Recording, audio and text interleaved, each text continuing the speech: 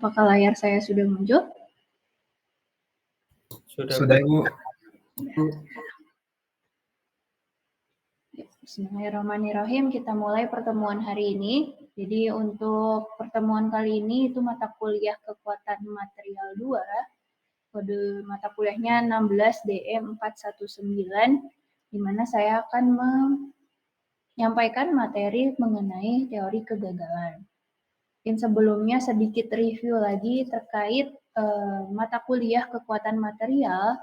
Jadi capaian pembelajaran mata kuliah dari kekuatan material ini itu pada akhirnya diharapkan setelah kalian mengikuti mata kuliah ini, kalian bisa menganalisis fenomena yang terjadi pada komponen ketika diberikan beban hingga bagaimana karakteristik tegangan yang terjadi pada suatu elemen dari komponen tersebut.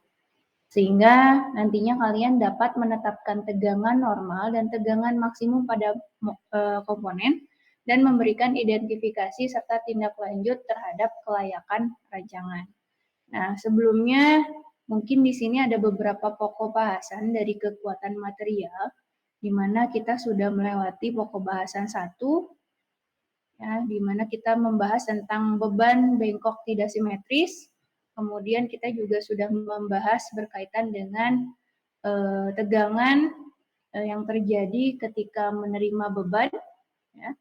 Kemudian menganalisis distribusi tegangannya, setiap elemennya seperti apa, dan terakhir di sini akan diidentifikasi kegagalan yang terjadi pada sesuatu sistem berdasarkan beban yang diterapkan. Nah, untuk mata kuliah prasyaratnya, kalian sudah memenuhi semuanya, fisika, matematika, kekuatan material 1, mekanika teknik, dan elemen mesin. Oke. Nah, mungkin sedikit pendahuluan sebelum saya masuk ke teori kegagalan. Ya. Jadi di sini adalah tantangan di mana kita belajar di Prodi TRPM, ya, Teknologi Rekayasa Perancangan Manufaktur. Kalian nanti setelah lulus diharapkannya akan menjadi seorang perancang. Ya. Orang perancang itu dalam pekerjaannya nanti ada dua tugas yang berbeda. Yang pertama itu menganalisis perilaku suatu rancangan yang diterapkan beban tertentu. Jadi ketika kalian sudah merancang, kemudian menerima beban tertentu, kemudian nanti kalian perlu menghitung tegangan dan deformasinya seperti apa.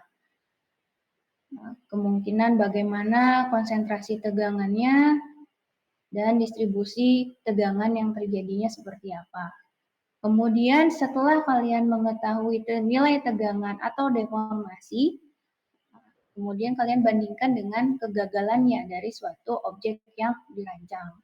Nah, jadi kalian diharapkannya bisa menganalisis, jadi misalnya di sini ada konstruksi roda gigi, ya, mungkin lebih spesifik di mata kuliah perancangan elemen mesin, tapi sebenarnya dasarnya dari kekuatan material, di mana ketika saya memberikan beban pada roda gigi, yaitu ada kontak sentuh di sini, ya, roda gigi, kemudian diberikan daya, muncul torsi, dari kontak sentuh sini akan muncul gaya reaksi antara roda gigi.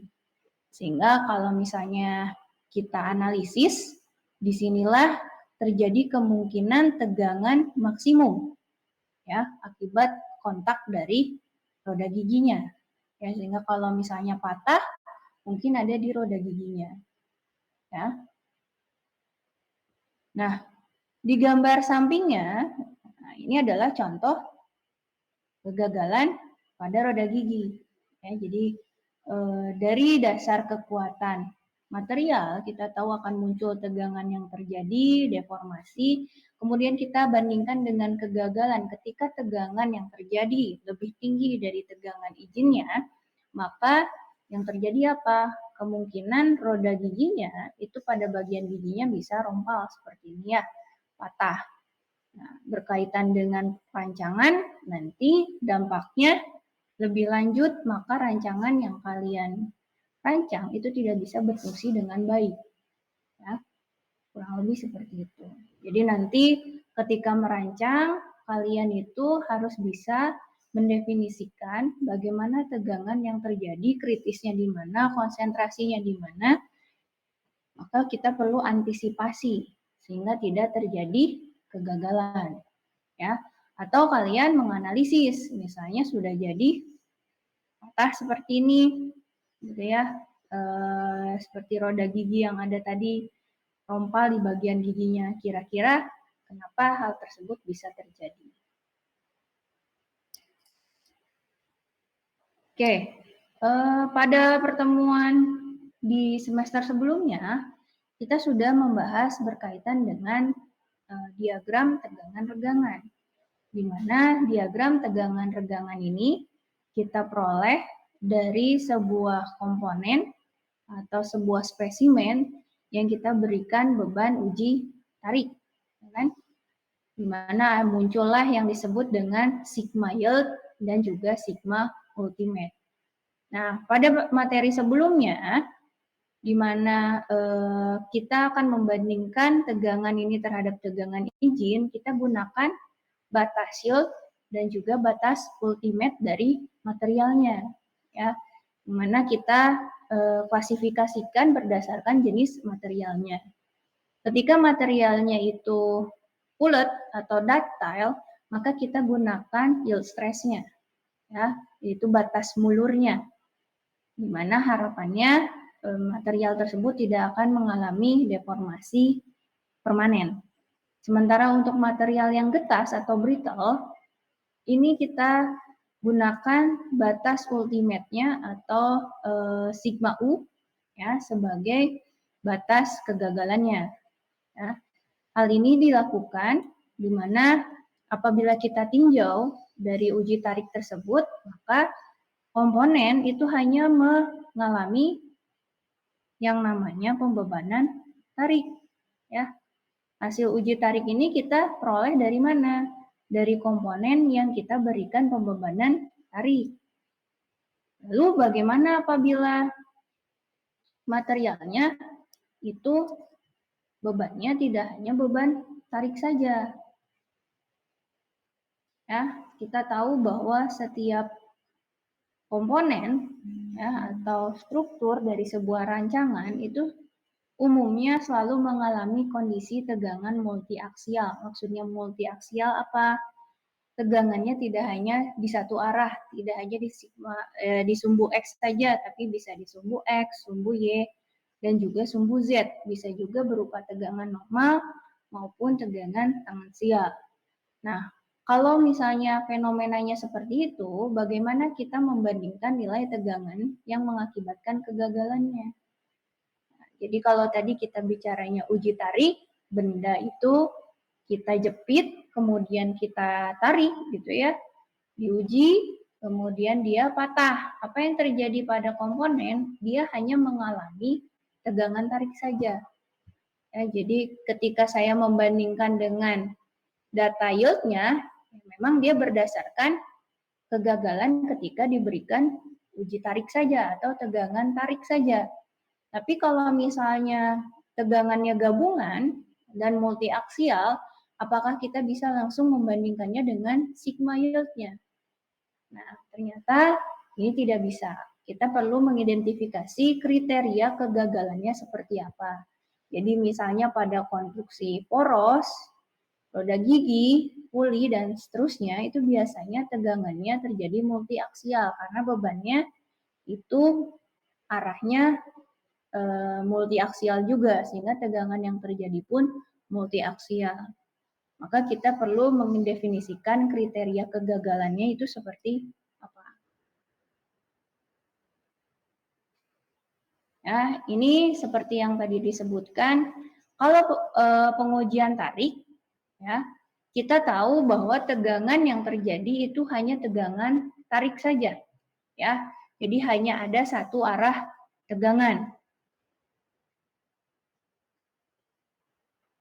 Jadi hanya ada satu arah tegangan sesuai dengan arah tarikannya.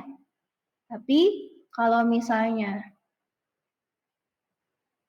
multiaksial, misalnya pada poros, itu tegangannya tidak hanya tegangan normal, ya, seperti poros tadi.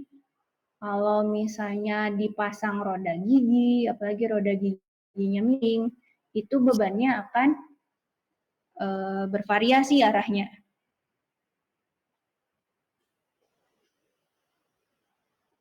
Jadi misalnya ini tadi,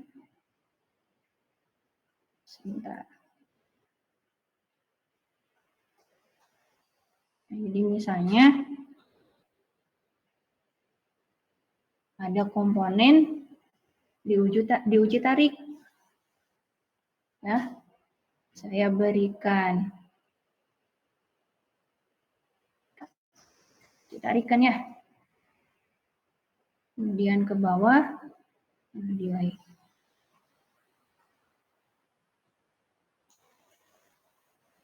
Bu, izin Bu, pointernya nggak ada. Iya, ini saya lagi ganti jadi pen. Oh, ya nggak muncul pennya di yang digambar sama ibunya. Oh, yang digambarnya nggak muncul? Iya Bu, Oh, sekarang masih nggak muncul? masih Bu. Masih, sebentar ya.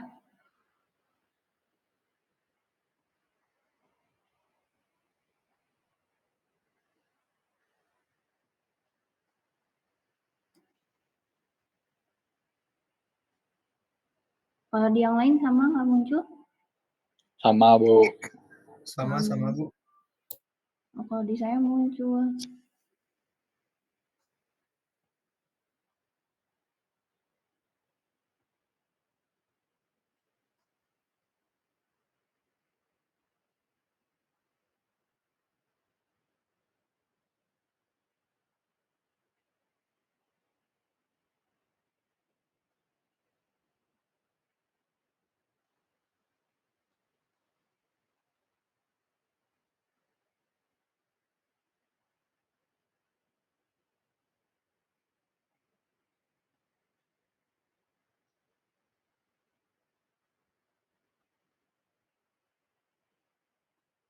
Kalau sekarang pointernya muncul nggak? Enggak Bu. Malah stuck Bu. Enggak ada Bu. Nggak ada. Yang warna merah itu nggak ada.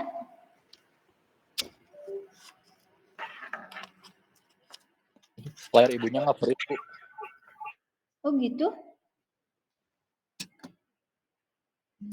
Sebentar ya.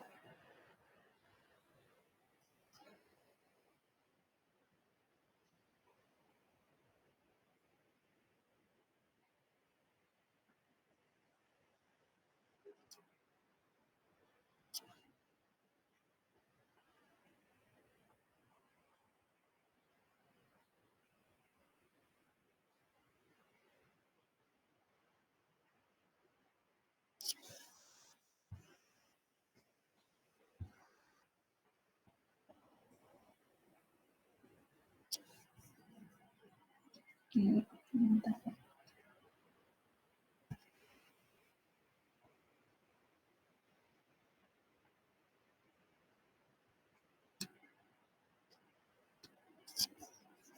Terlihat ada yang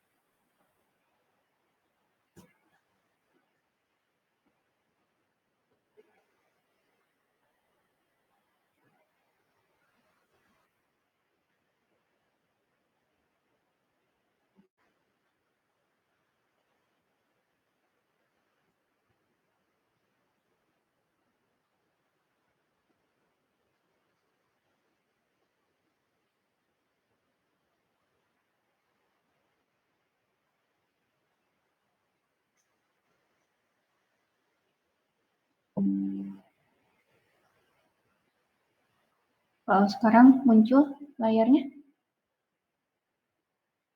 Muncul, Bu. Kursornya muncul nggak? Muncul, Bu. Pakai pointer muncul? Pointer merah? Ada, Bu. Ada ya? Ada. Oke, kita balik lagi ya ke sebelah sini.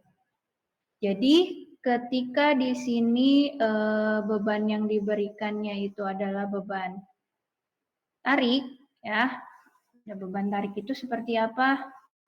Berarti saya punya batang seperti yang tadi spesimennya.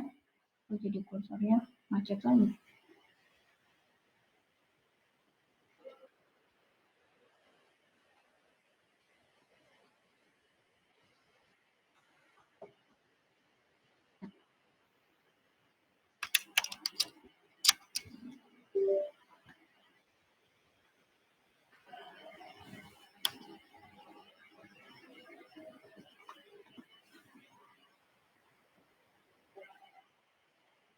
Kursornya muncul nggak?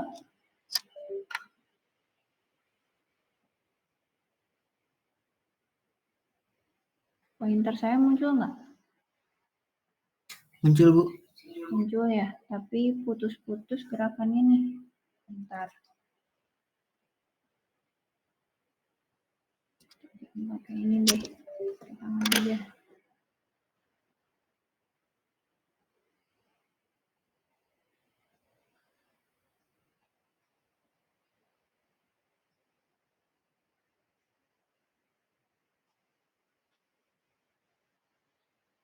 Jadi kalau uji tarik berarti bebannya saya berikan F begitu ya.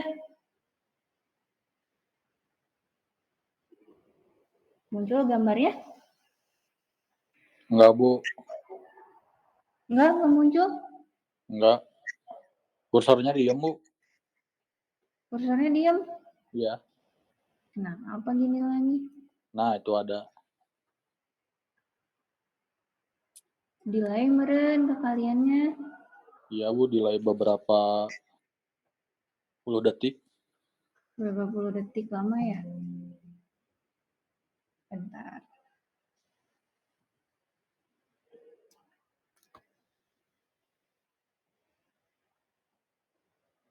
Padahal nggak sambil pakai yang lain.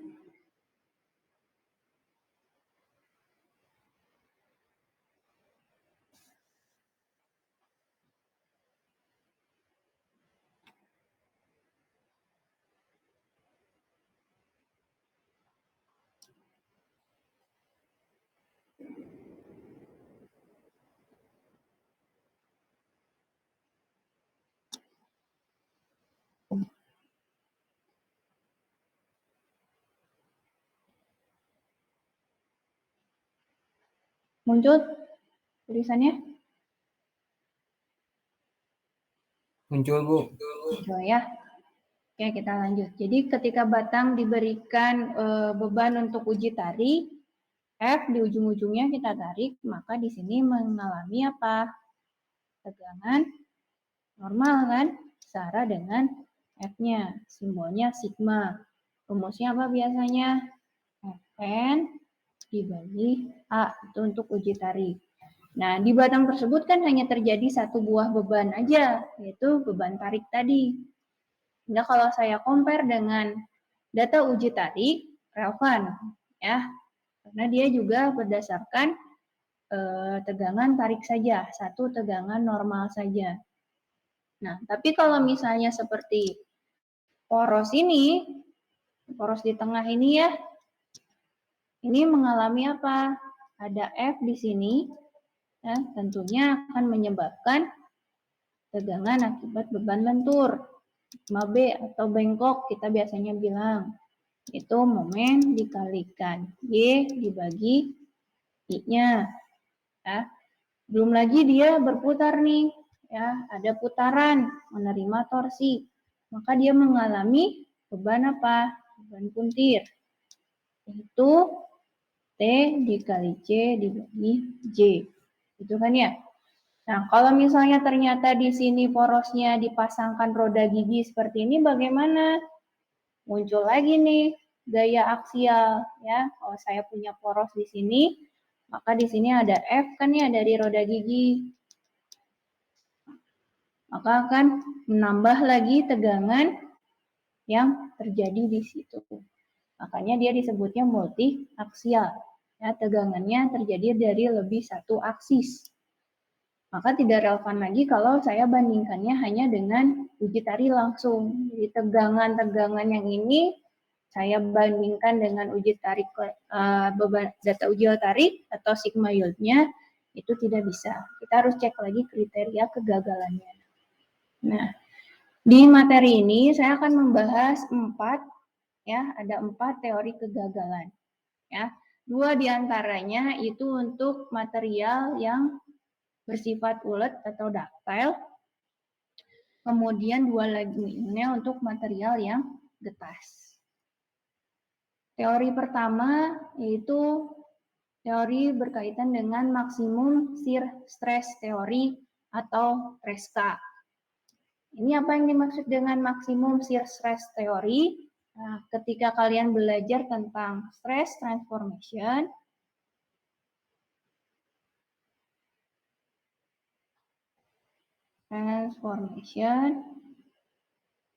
kita belajar apa yang disebut dengan principal stress,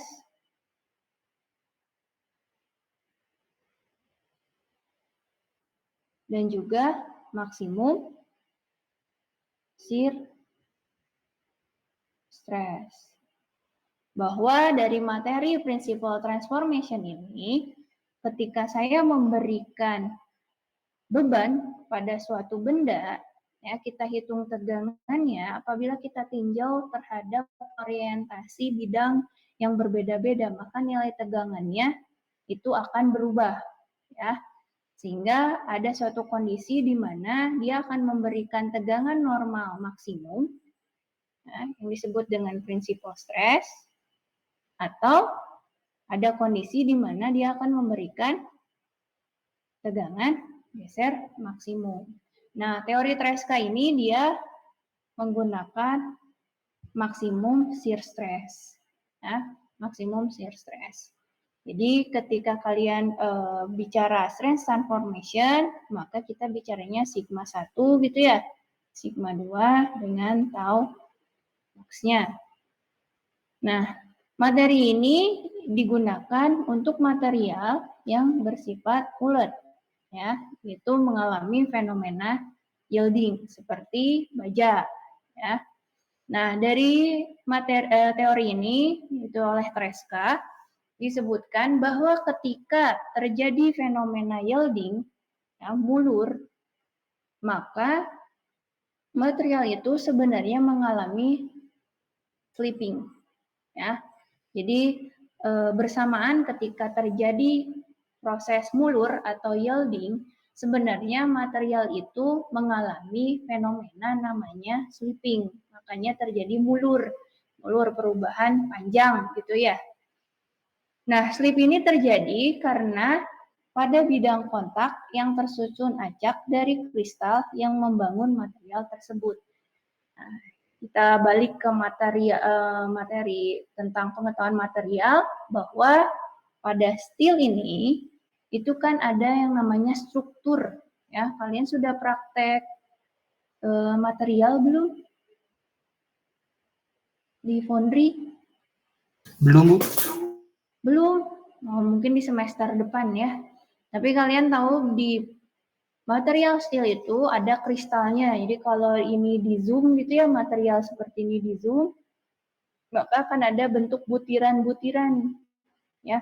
Ada butiran-butiran, ada yang hitam gitu ya, ada yang lebih terang. Nah, itu disebutnya adalah kristalnya.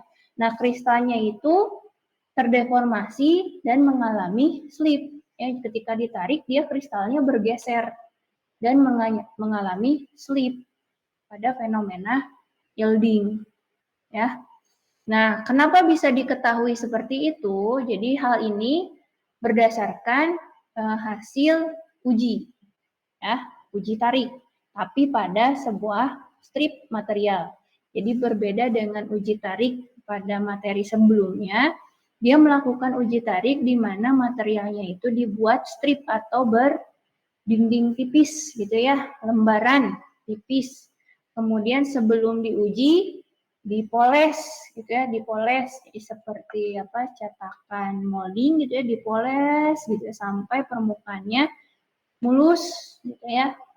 Nah, kemudian diujilah material tersebut, diuji tarik. Nah, proses ini akan terlihat.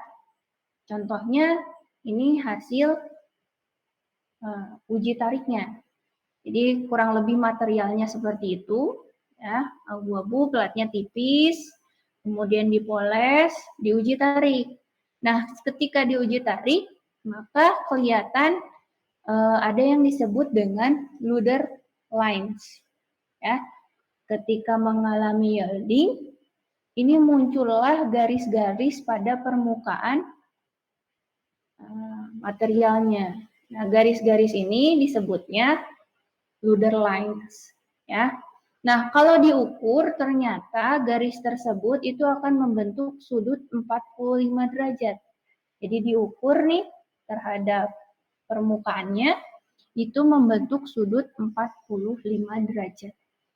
Jadi si Treska ini dia mengamati material steel, dibikin sama dia strip material berdinding tipis, kemudian dipoles, dia amati fenomenanya seperti apa. Ya, jadi bukan hanya diukur saja kan, kalau diuji tarik biasanya dilihat tuh grafiknya, kalau dia diamati sampai spesimennya seperti apa gitu fenomenanya. Nah, ternyata ketika mengalami yielding muncullah garis-garis yang disebut Luder lines ini dan membentuk sudut 45 derajat.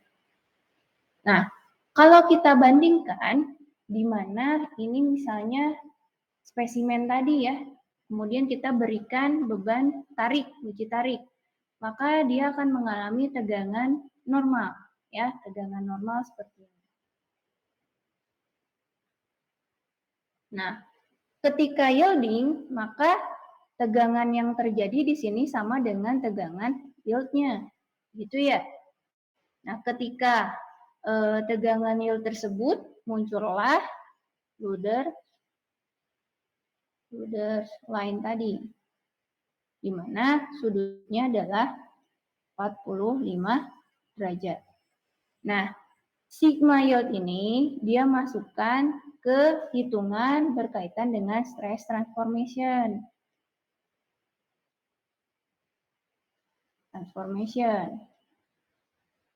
Yang mana rumusnya sigma 1 gitu ya. Sigma 2 sama dengan sigma X ditambah sigma Y dibagi 2 plus minus akar sigma X minus sigma Y per 2 dikuadratkan ditambah tau XY kuadrat. Ya. Nah, karena di sini tegangan tarik dia hanya mengalami satu buah arah gaya, di mana ini sigma yield, dia masukkan sigma yield-nya. Ya, hanya satu arah, maka hanya ada sigma X saja.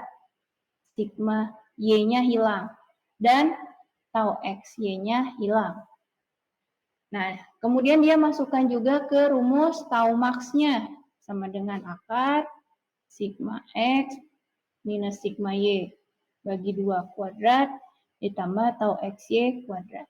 Dia masukkan nilai-nilai tersebut ke persamaan tersebut. Nah, dari hasil persamaan, dia memperoleh bahwa tadi kan ini sigma Y-nya hilang gitu ya di sini, tau XY-nya 0. Maka di sini persamaan tau max-nya hanya akan menjadi akar sigma yield per 2 dikuadratkan. Ini dia. Ya, dia mengalami tegangan geser maksimum sebesar setengah dari sigma yield-nya. Dan kalau kita cek sudut di mana terjadi tegangan maksimumnya, itu adalah sudut 45 derajat. Sehingga dari hasil uji tersebut, kemudian dia masukkan ke persamaan stress transformation, maka si Treska ini menyimpulkan bahwa material ulet, ya, seperti steel, material yang bersifat ductile, itu mengalami kegagalan ketika dia mencapai tegangan geser maksimum. Maksimum shear stress teori. Ya. Maksimum shear stress teori. Kurang lebih begitu. Jadi ketika saya punya material seperti tadi di uji tarik, dia mengalami yielding itu adalah ketika dia mengalami tegangan geser maksimum. Sehingga dinyatakan bahwa kegagalan material itu diakibatkan dia sudah mencapai tegangan geser maksimumnya. Ya, jadi kita ubah dulu tegangan yang terjadi dengan stress transformation gitu ya. Kemudian kita bandingkan terhadap setengah dari sigma yieldnya. Kurang lebih begitu. Nah, kalau gambar di bawah ini gambar dari lingkaran Moore. Ini ya, elemen ketika mengalami yielding. Di sini lebih terlihat lagi bahwa disinilah terjadi tau max dengan sudut setengah dari 90 derajat, yaitu 45 derajat. Nah, sehingga bagaimana? Apabila kita mempunyai material ductile, kemudian kita analisis kekuatannya menggunakan teori shear stress teori atau Tresca ini. Maka kita perlu membandingkan dia terhadap sigma 1 dan sigma 2-nya. Ya, sigma 1, sigma 2 itu dari mana? Dari stress transformation yang persamaannya tadi. Nih ya. Kan kalau udah multiaksial, ada X, ada Y, ada tau. Nah, bisa kita ubah dulu dengan stress transformation menjadi apa? Sigma 1, sigma 2 atau principal stress-nya. Kemudian principal stress-nya diapakan? Kita bandingkan dengan yield-nya nanti di sini. Ya, yield-nya di sini. Di mana ketika terjadi tegangan geser maksimum, ini kasusnya bisa jadi ada dua. Ya. Ini kalau misalnya yang pertama, apabila sigma 1 dan sigma 2-nya mengalami persamaan, memiliki tanda yang sama. Maksudnya apa? Dua-duanya bernilai positif. Sigma 1, sigma 2, dia memiliki same sign itu, kalau sigma satunya positif, maka sigma 2-nya positif. Atau bisa juga sigma 1-nya negatif, sigma 2-nya negatif. Ya, maka kita cukup bandingkan sigma 1 atau sigma 2-nya terhadap yield-nya. Ya. Jadi sebenarnya dia menghitung dulu ini gitu ya. Akan muncul menjadi tegangan geser maksimum, kemudian tadi kita bandingkan dengan tau max ketika yield, itu adalah sigma yield dibagi 2. Nah, ininya atau ini kita substitusi ke sini. Maka akan muncul persamaan seperti ini. Ya, jadi persamaan yang ini tadi, nah, ketika saya punya beban multiaksial, saya hitung dulu sigma 1 dan sigma 2-nya. Kalau misalnya tandanya sama-sama positif atau sama-sama negatif, maka saya gunakan persamaan ini dan saya substitusi ke sini. Nah, di sini berarti sigma 1/2 atau sigma 2/2, maka muncullah seperti ini. Ketika dia memiliki tanda yang sama, positif-positif atau negatif-negatif. Jadi dibandingkan sigma 1 dan sigma 2-nya. Karena kalau sigma 1, sigma 2 itu udah transportasi dari multi-aksial. Tapi kalau misalnya dia memiliki tanda yang berbeda, kalau sigma 1-nya plus, sigma 2-nya minus, maka kita jumlahkan dulu. Ya. Gabungkan, ini kan sigma 1-nya positif, dikurangi sigma 2-nya yang negatif. maka akan menjadi penjumlahan, baru kita tambahkan, kita bandingkan dengan sigma yield-nya. Ya, kenapa demikian? Nah, jadi di sini berdasarkan perhitungan absolute maksimum shear stress. Ini ada bab khusus tentang absolute maksimum shear stress. Jadi kalau digambarkan, di manakah terjadi tegangan maksimum, ya, kalau 3 dimensi, ini kita pakai absolute shear stress. Ya. Ini kalau digambarkan nanti lingkaran Mohrnya menjadi seperti itu. Ada yang disebut dengan absolute maximum shear stress, ada maximum in plane shear stress. Ya. Nah, kalau persamaan teori Tresca ini saya gambarkan dalam bentuk kurva, ini adalah kurva dari teori Tresca. Ya, bentuknya bentuk apa itu ya? Kalau di Layang-layang. layang-layang, Nah. kayak logo Poman tapi miring gitu ya, diamond lah gitu ya, logo diamond. Jadi Tresca-nya dari Poman. Tresca-nya dari Poman, lulusan Poman. Jadi kalau diplotkan ya, ini ya sigma 1, sigma 2 ke dalam koordinat di mana sumbu X ini menyatakan sigma 1 dan sumbu Y-nya ini sigma 2, maka teori kegagalan berdasarkan teori Tresca ini atau maksimum Tresca, ini daerahnya berada pada warna orange ini. Ya, orange ini. Jadi kalau misalnya saya punya nilai sigma 1 maupun sigma 2 masih di dalam area orange, misalnya di sini nih, maka dia masih aman. Kenapa aman? Karena dia belum mencapai maksimum shear stress-nya atau belum mencapai fenomena yielding. Dikatakan tidak aman kalau saya sudah punya komponen, punya beban multiaksial, saya hitung sigma 1 dan sigma 2, kemudian saya plot ke dalam kurva. Posisinya di luar. Di luar di sini, maka tidak aman. Ya. Yang membatasinya apa? Yaitu sigma yield-nya. Ya, sigma yield-nya. Batasnya berdasarkan sigma yield. Jadi masih seperti kita membandingkan dengan uji tarik, kita bandingkan dengan sigma yield, tapi di sini yang kita bandingkan adalah sigma 1 dan sigma 2-nya. Tidak bisa kita langsung tegangannya kita bandingkan kalau multi aksial.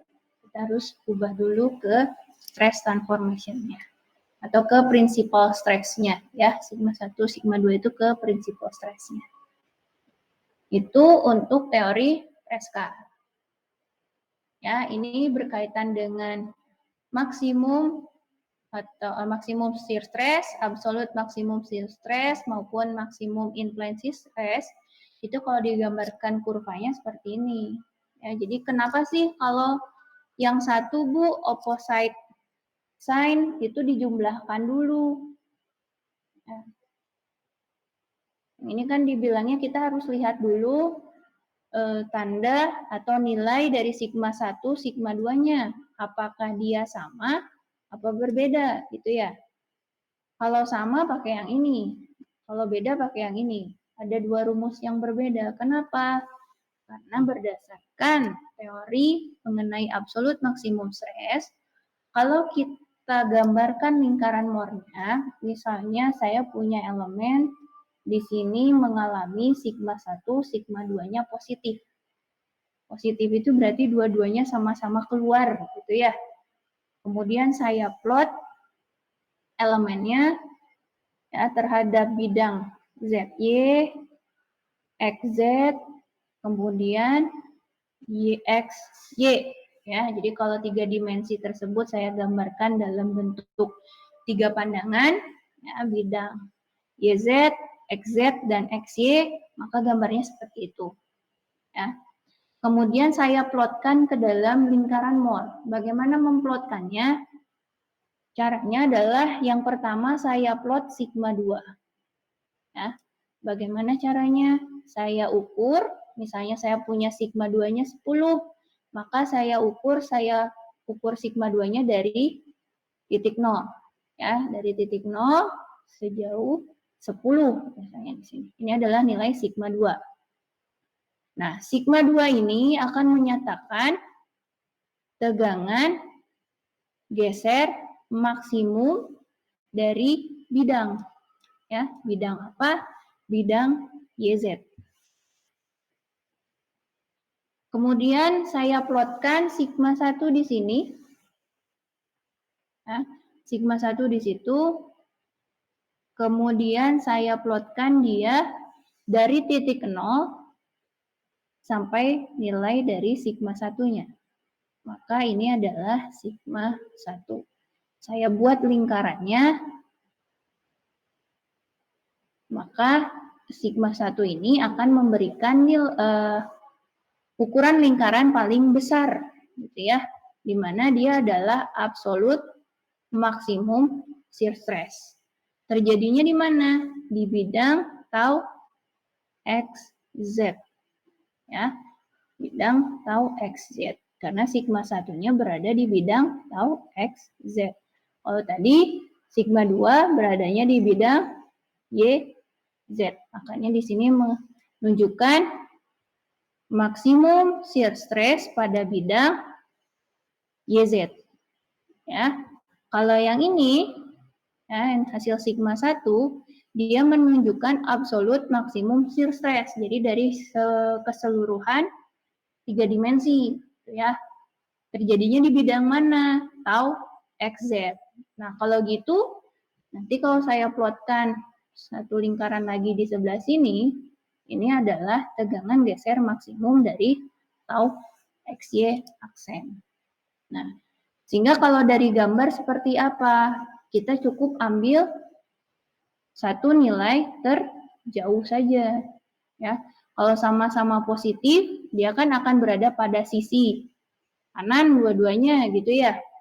Maka nilai terjauhlah yang akan membentuk lingkaran paling besar, yaitu tegangan geser paling maksimum. Sehingga persamaannya menjadi seperti ini. Nah, bagaimana kalau arahnya berbeda?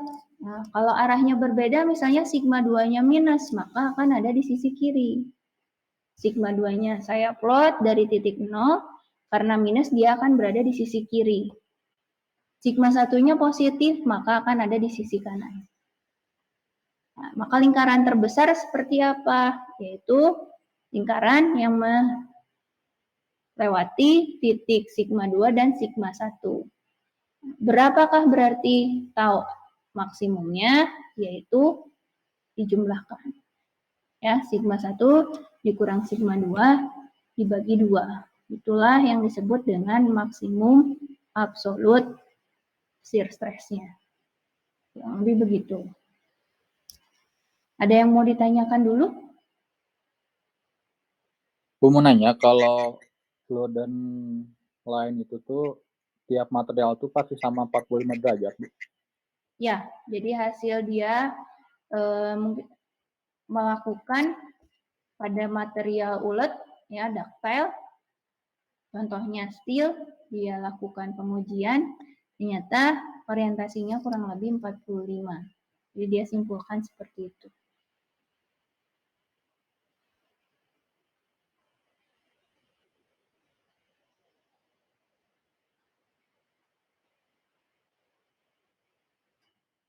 Ada lagi?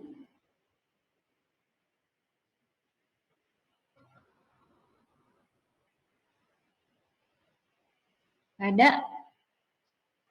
Masih ada waktu ya? Saya lanjutkan dulu. Nah, ini materi untuk teori kegagalan kedua, masih untuk material yang ulet atau ductile. Kalau tadi berdasarkan maksimum tegangan geser maksimum, ya, disebutnya Tresca. Nah, kalau di sini dia berdasarkan teori maksimum energi distorsi atau maksimum distortion energy theory. Nah, ini dikenalnya namanya adalah teori von Mises. Ya. Sedikit lebih complicated gitu ya, lebih kompleks dibandingkan yang tadi. Jadi dia menyebutkan bahwa ketika sebuah material diberikan beban eksternal, maka dia akan mengalami deformasi. Jelas kan ya, kita tahu dari fenomena uji tarik, ya, ditarik maka akan muncul yang namanya regangan, ya, regangan. Nah, mana regangan adalah delta L per L. Delta L ini menyatakan deformasi, perubahan ukuran. Ya. Kenapa demikian bisa terjadi deformasi? Karena energi yang kita bebankan atau kita berikan pada material itu diserap atau disimpan, ya, oleh seluruh volume material. Nah, energi per unit volume itu disebutnya dengan strain energy density. Ya. Persamaannya apa? Ini dia. Nah, ini adalah energi regangan, gitu ya, strain energy density, densitas energi regangan itu sama dengan setengah dari tegangan dikalikan regangannya. Nah, jadi ada energinya yang disimpan di dalam material tersebut. Ini kalau kita bicaranya uniaksial seperti ini. Ya. Dia menerima tegangan, mengalami deformasi, maka besarnya energi itu adalah setengah tegangan dikalikan regangan. Nah, kalau bicara deformasi, ya, deformasi ini terjadinya tidak hanya pada satu arah saja.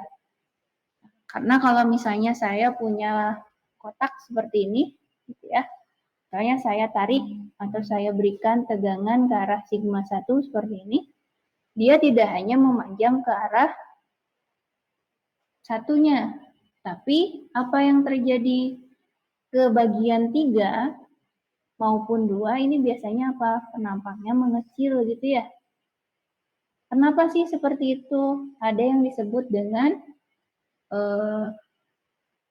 Poisson ratio juga, ya. Poisson ratio. Ini kalau terjadi satu arah tegangan, kemudian kalau tegangannya terjadi pada 3 arah, maka kita jumlahkan, kemudian ada yang disebut dengan Poisson ratio. Apa Poisson ratio? Itu perbandingan perubahan ukuran arah aksial dan lateral. Ini ada di bab sebelumnya. Jadi kalau saya masukkan nilai Poisson ratio-nya, persamaannya menjadi lebih panjang lagi gitu ya. Sekali lagi saya ulangi bahwa strain energy density itu persamaannya adalah ini. Ya, setengah U sama dengan setengah tegangan kali regangan.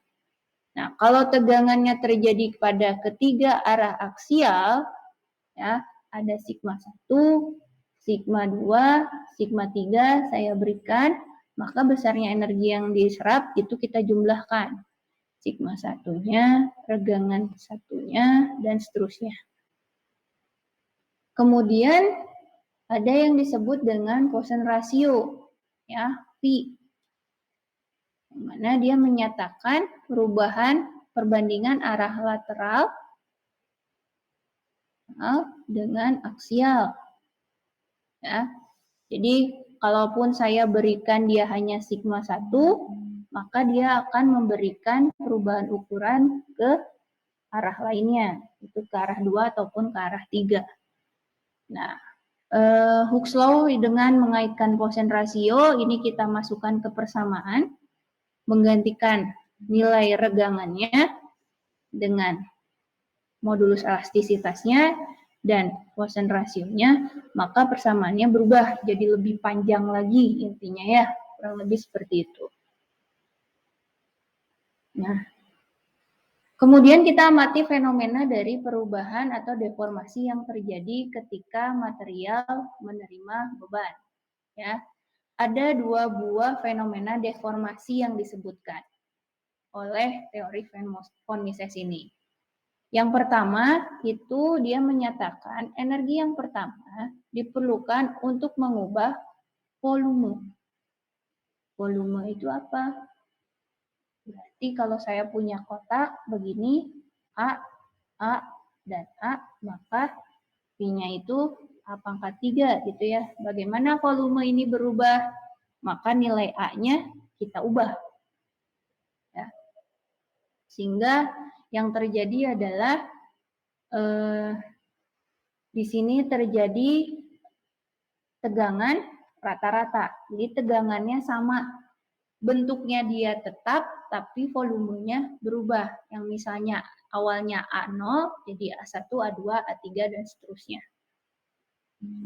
Karena arahnya sama, ya, yang mana dia hanya menyebabkan volumenya berubah tanpa mengalami perubahan bentuk, maka tegangannya harus sama. Sehingga disebutlah di sini tegangan rata-rata. Sigma 1, sigma 2, ditambah sigma 3 dibagi 3.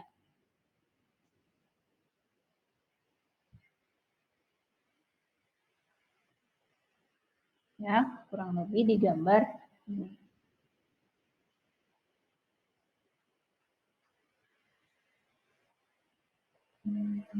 Kemudian, Gua mau nanya,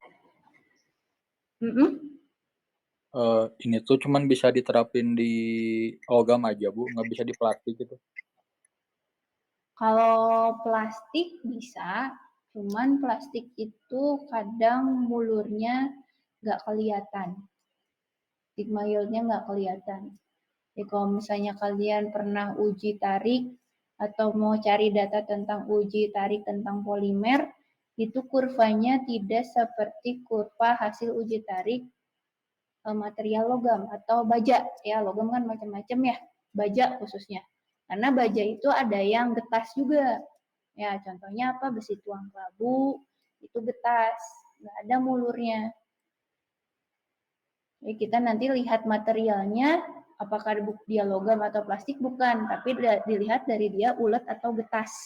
Plastik ada yang getas, ada. Yang ulet ada. Ya. Jadi kita mengelompokkan materialnya dari dua tadi sifatnya, ductile atau brittle, getas atau ulet. Nah, dua materi ini yang tadi Treska sama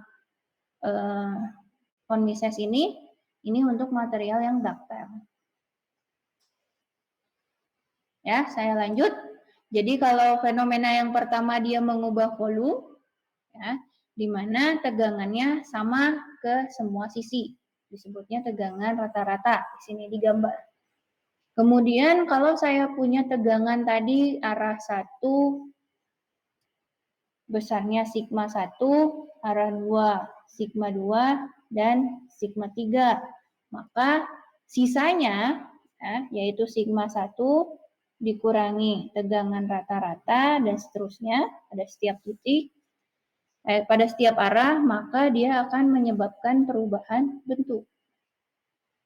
Jadi ada energi yang diperlukan untuk merubah volume tanpa mengubah bentuk, dan ada energi yang menyebabkan dia berubah bentuk. Nilainya adalah sigma dari setiap arah dikurangi sigma rata-rata. Nah, kemudian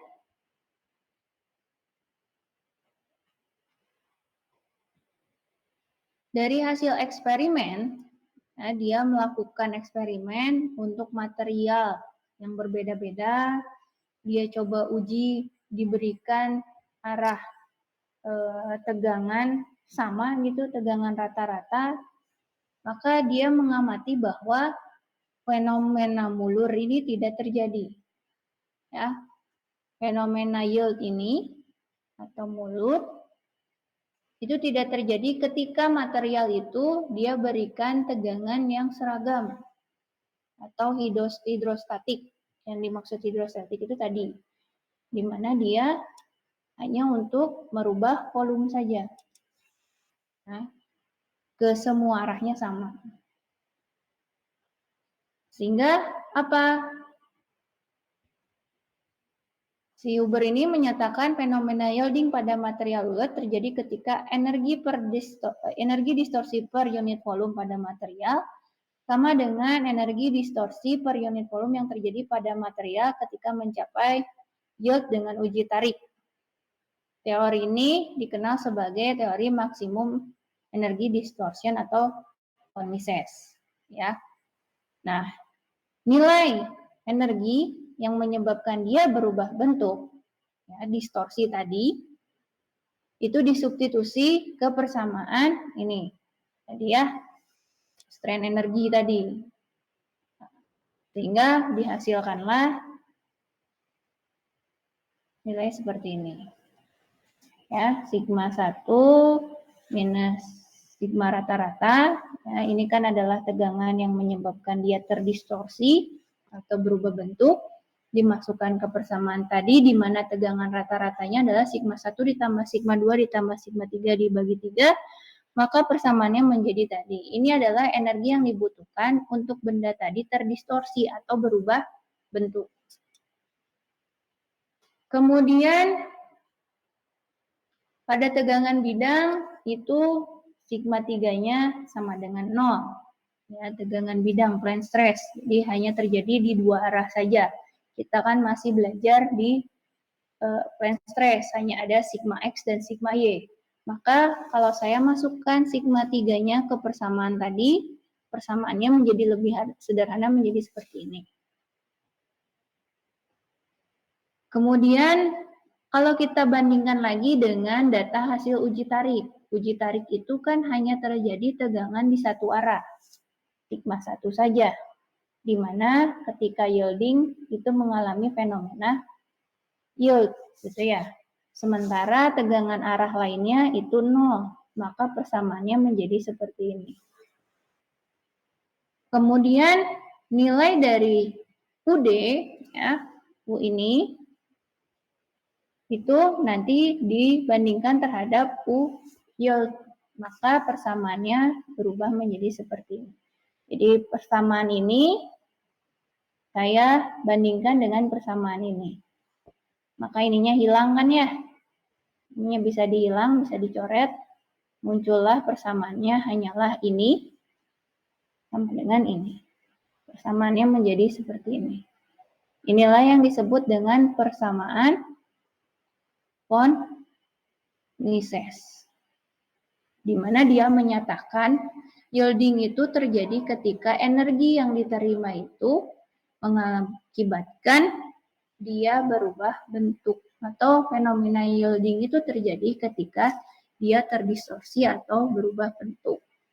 Nah, berbeda dengan teori Tresca, kalau persamaan ini saya plot dalam sebuah kurva yang sama, di mana sumbu X ini adalah sigma 1 dan sigma 2 itu menunjukkan arah Y, maka kurvanya sekarang jadi berbentuk apa nih?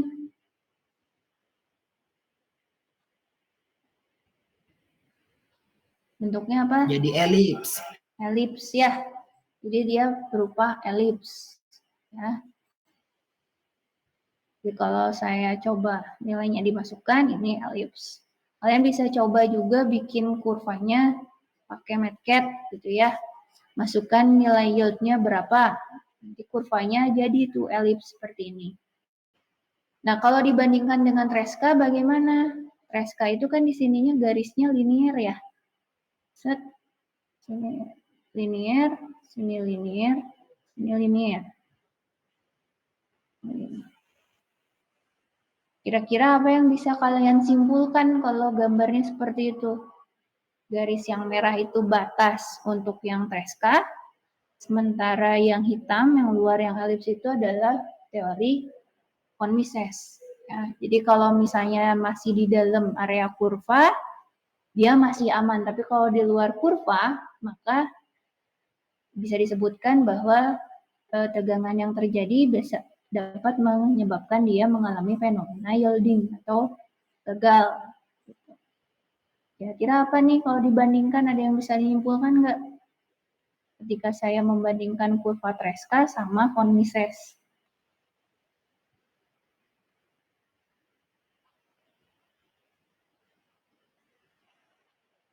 Lebih besar mana kira-kira kurvanya?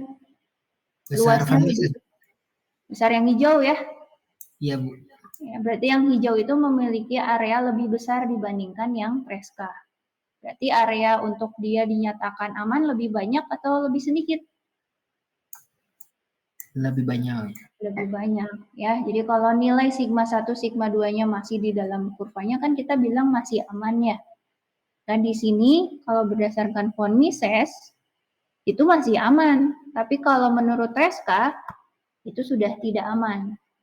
Ya.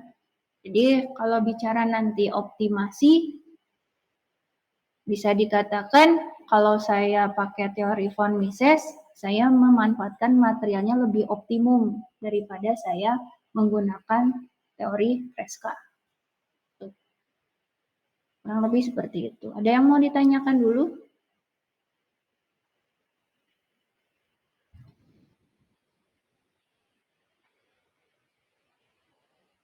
Ya, jadi dari beberapa teori sebenarnya kesimpulannya adalah persamaannya aja sebenarnya ya.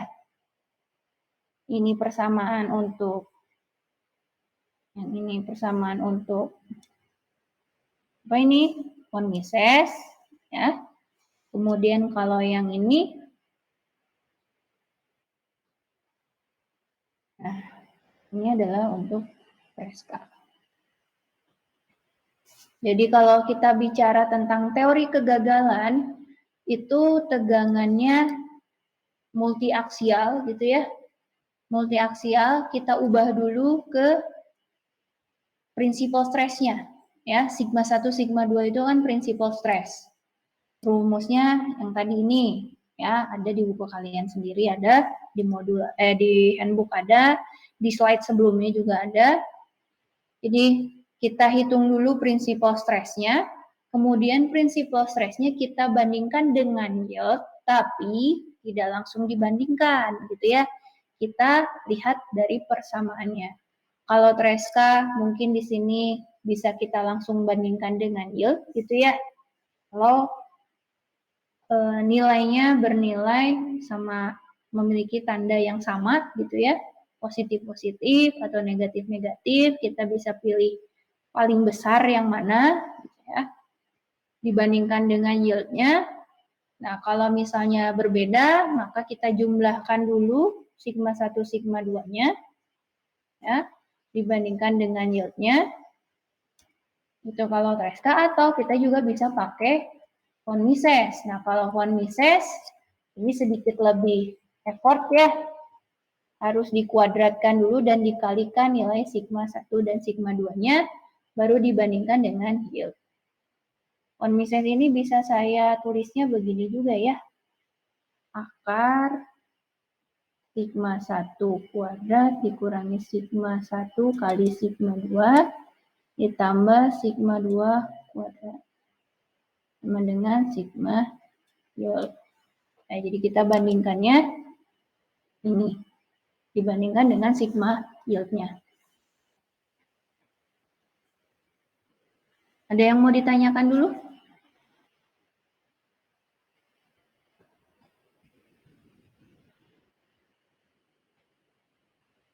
Nggak ada? Tidak, Bu. Tidak ya. Nah, tadi disebutkan saya akan menjelaskan dua materi untuk material ductile dan dua material brittle. Sebenarnya konsepnya keduanya sama ya. Dia berdasarkan hasil pengujian, kemudian dia masukkan datanya dengan teori-teori yang ada terhadap prinsipal stres, shear stress, maksimum normal stress dan seterusnya.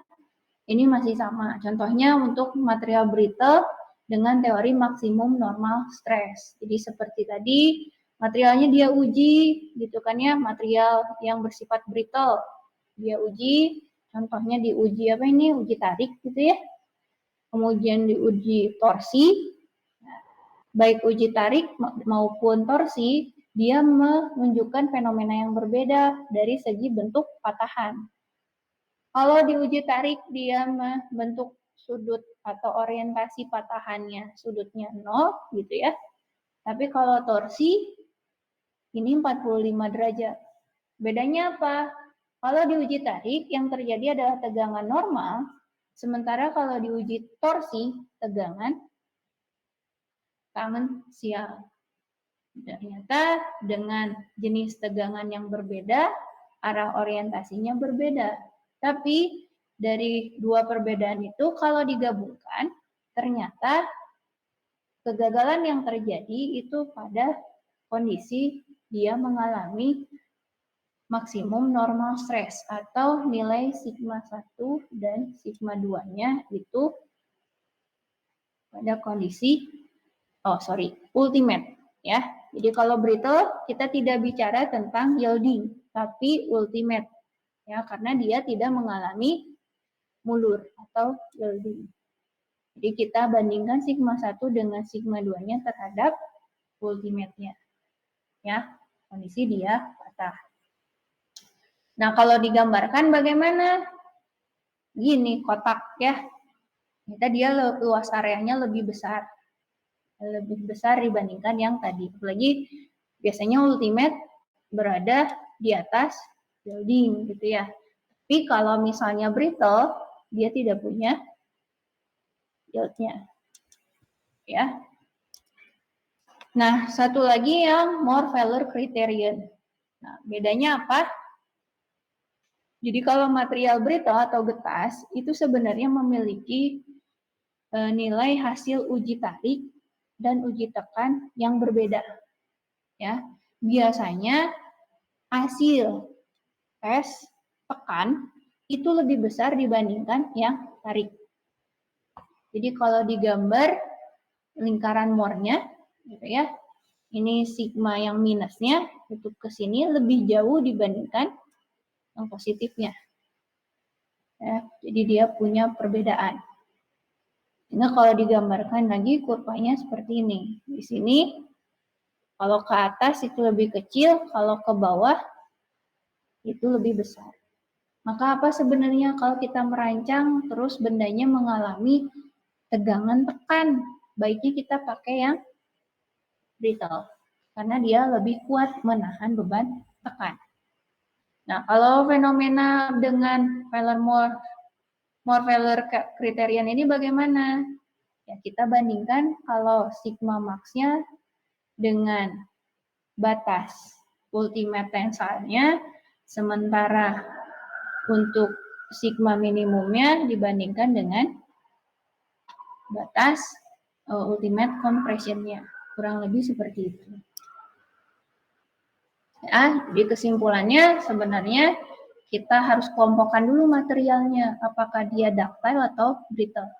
Kemudian tinggal kita pilih mau pakai maksimum atau maksimum shear stress atau maksimum distortion kalau yang ductile. Ada dua ini. Ya. Dimana kalau kita gambarkan tadi kurvanya beda antara yang atas, yang Tresca dan von Mises. Begitu juga yang brittle ada dua. Ada maksimum normal stress dan juga ada more failure criterion. Ada yang mau ditanyakan dulu? Ya, jadi bagaimana hubungannya dengan perancang? Ya, kalau tadi kita punya kegiatan dua yang berbeda menganalisis gitu ya. Kemudian kita mau analisa kriteria kegagalannya, maka kita harus lihat dulu sifat materialnya. Makanya kalau kalian belajar di perancangan, kalian belajar juga tentang material. Ya. Kemudian apa? Kalian tahu bebannya, kira-kira kalian pakai materialnya harus yang seperti apa? Apakah lebih baik yang ulet atau yang brittle? Nah, jadi semua materi ini sebenarnya berkesinambungan dalam perancangan. Ada yang mau ditanyakan dulu?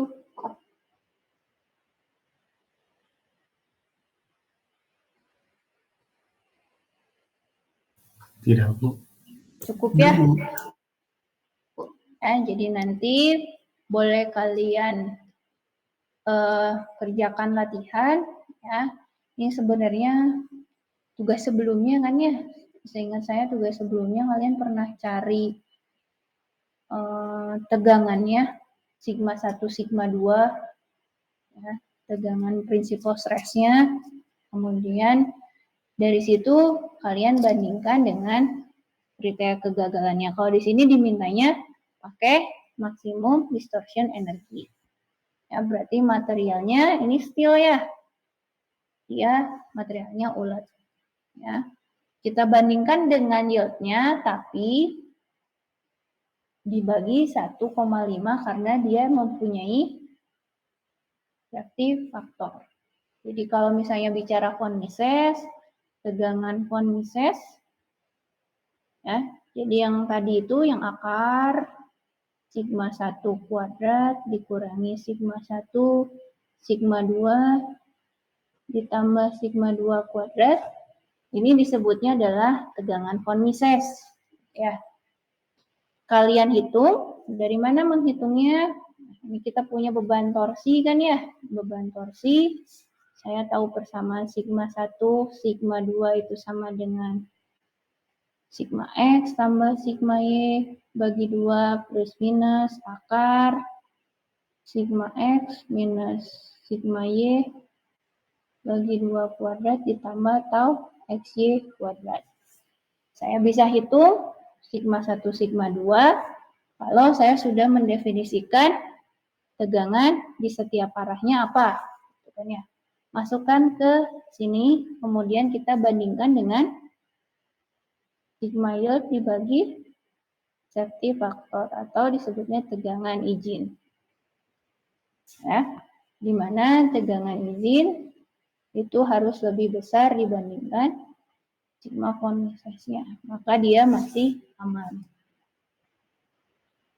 Kurang lebih seperti itu, karena waktunya sudah habis. Ini boleh nanti saya share materinya buat kalian latihan. Kalau ada pertanyaan boleh langsung ditanyakan. Mungkin cukup sekian dari saya untuk materi teori kegagalan ini. Apakah cukup? Cukup, Bu. Tapi Ya. minta PPT-nya, Bu. Boleh, nanti di-share ya. Mungkin nanti untuk UAS materinya kan sampai sini ya. Kita balik lagi tadi ke capaian mata kuliahnya. Bahwa kalian harus bisa sampai menentukan atau menganalisa suatu konstruksi komponen berdasarkan tegangan yang terjadi pada komponen tersebut. Jadi pasti materi ini sampai di ujian. Tentunya kalau tadi kita lihat materi ini kan berkesinambungan juga dengan materi sebelumnya ya. Nah, itu jenis-jenis pembebanan, kemudian stress transformation, dan seterusnya. Kurang lebih begitu. Kalau tidak ada pertanyaan, kita ucapkan dulu alhamdulillah bersama-sama. Alhamdulillahirrahmanirrahim. Saya tutup pertemuan hari ini. Assalamualaikum warahmatullahi wabarakatuh. Waalaikumsalam. Sama-sama.